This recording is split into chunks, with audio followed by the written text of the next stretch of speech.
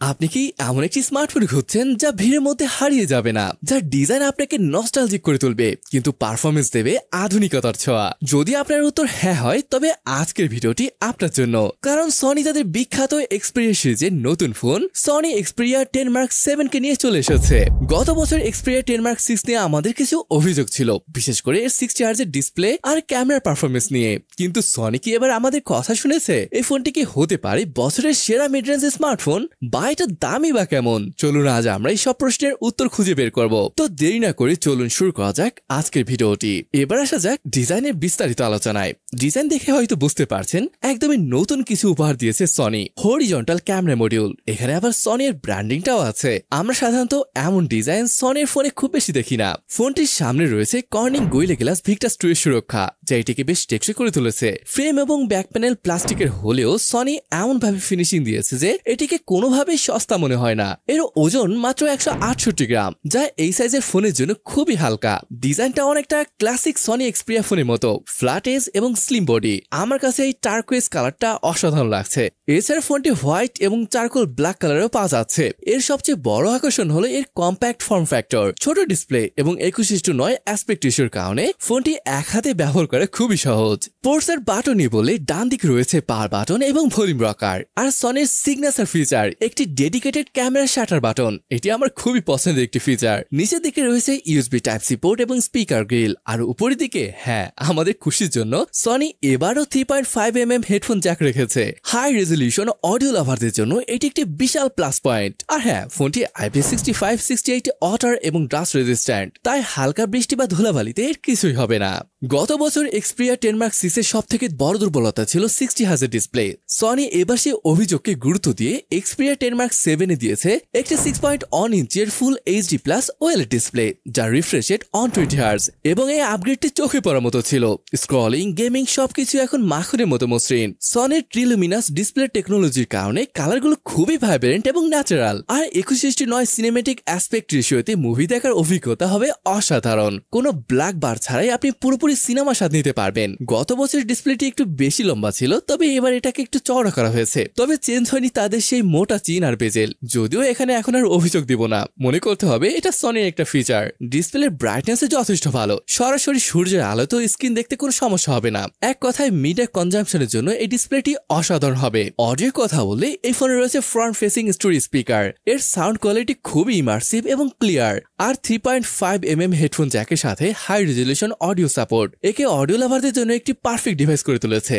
পারফরমেন্সের ক্ষেত্রেও সনি একটি বড় আপগ্রেড করেছে। ফোনটিতে ব্যবহার করা হয়েছে কোয়ালকম স্ন্যাপড্রাগন 6 Gen 3 চিপসেট, যা একটি 4 ন্যানোমিটার আর্কিটেকচারে তৈরি। সাথে রয়েছে 8GB র্যাম এবং 128GB স্টোরেজ। আপনি চাইলে মাইক্রোএসডি কার্ড দিয়ে স্টোরেজ 2 TB পর্যন্ত বাড়াতে পারবেন।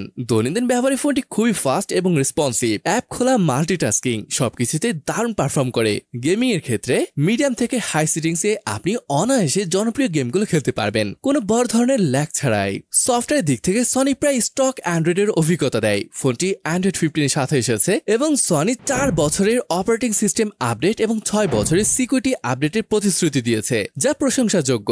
কোনো অপ্রয়োজনীয় ব্লোটার নেই, যা ফোনটিকে ক্লিন এবং স্মুথ রাখতে সাহায্য করছে। সনি এক্সপিরিয়া 10 সিরিজের ফোনগুলো বরাবরই তাদের অসাধারণ ব্যাটারি লাইফের জন্য পরিচিত।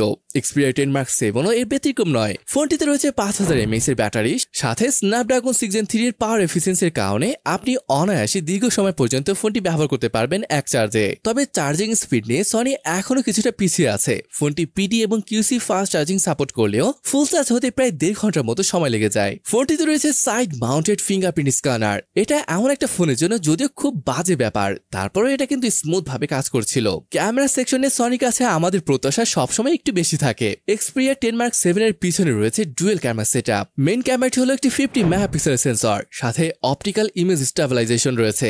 আর দ্বিতীয়টি হলো একটি 13 মেগাপিক্সেলের আল্ট্রাওয়াইড ক্যামেরা। দিনের আলোতে মেইন ক্যামেরাতে তোলা ছবিগুলো এক কথায় অসাধারণ। সনির ন্যাচারাল কালার প্রসেসিং আমার খুবই পছন্দের। ছবিতে ডিটেলস এবং ডাইনামিক রেঞ্জ দুটোই খুব ভালো পাওয়া যায়। ওয়াইস থাকার কারণে ছবি তোলার সময় হাত সামান্য কাঁপলেও ছবি ব্লার হয় না, তবে জুম করে ছবি তুলে একটু সফট দেখায়। আল্ট্রাওয়াইড ক্যামেরা দিনের আলোতে বেশ ভালো কাজ করে। ছবির মাঝখানে মাঝখানের সাথে সাইডের ডিটেলসের খুব বেশি পার্থক্য বোঝা যায় না।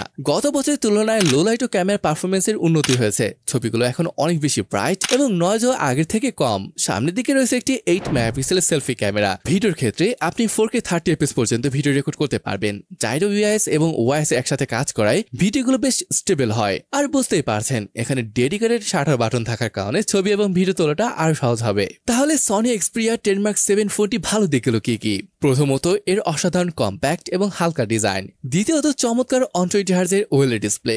তৃতীয়ত শক্তিশালী পারফরমেন্স এবং ক্লিন সফটওয়্যার। চতুর্থত দুর্দান্ত ব্যাটারি লাইফ। আর সবশেষ 3.5mm headphone Jack, micro SD card slot এবং IP65-68 এর রেটিং এর মতো ব্যবহারকারী বান্ধব ফিচার। তবে বেশ কিছু দুর্বলতা রয়েছে, যেমন বক্সে চার্জার না থাকা এবং চার্জিং স্পিড কিছুটা স্লো।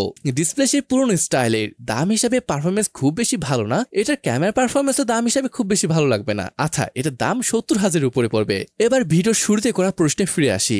সনি এক্সপিরিয়া 10 Mark 7 কি বছরের সেরা মিড রেঞ্জার? দেখুন, এই ফোনটি হয়তো সবার জন্য নয়। যারা শুধু স্পেসিফিকেশন শিট দেখে ফোন কেনেন তাদের কাছে এটি হয়তো সেরা মনে নাও হতে পারে, আর এটাই বাস্তব। কিন্তু আপনি যদি এমন একজন ব্যবহারকারী হন যিনি একটি কম্প্যাক্ট হালকা ফোন চান এবং সনিরই ফোন লাগবে, তাহলে এই ফোনটি আপনার জন্য একটা সেরা প্যাকেজ হতে পারে। সনি আসলে তাদের ব্যবহারকারীদের কথা শুনছে এবং সঠিক জায়গাগুলোতে উন্নতি করছে। আমার মতে এটি এখন পর্যন্ত এক্সপিরিয়া 10 সিরিজের সেরা ফোন। আপনার কি মনে হয়? কমেন্ট করে আমাদের জানাবেন। ভিডিওটি ভালো লাগলে লাইক দিন, বন্ধুদের সাথে শেয়ার করুন এবং আমাদের চ্যানেলটি সাবস্ক্রাইব করতে ভুলে যাবেন না। দেখা হবে পরের ভিডিওতে। ততক্ষণ পর্যন্ত ভালো থাকুন, সুস্থ থাকুন। আল্লাহ হাফেজ।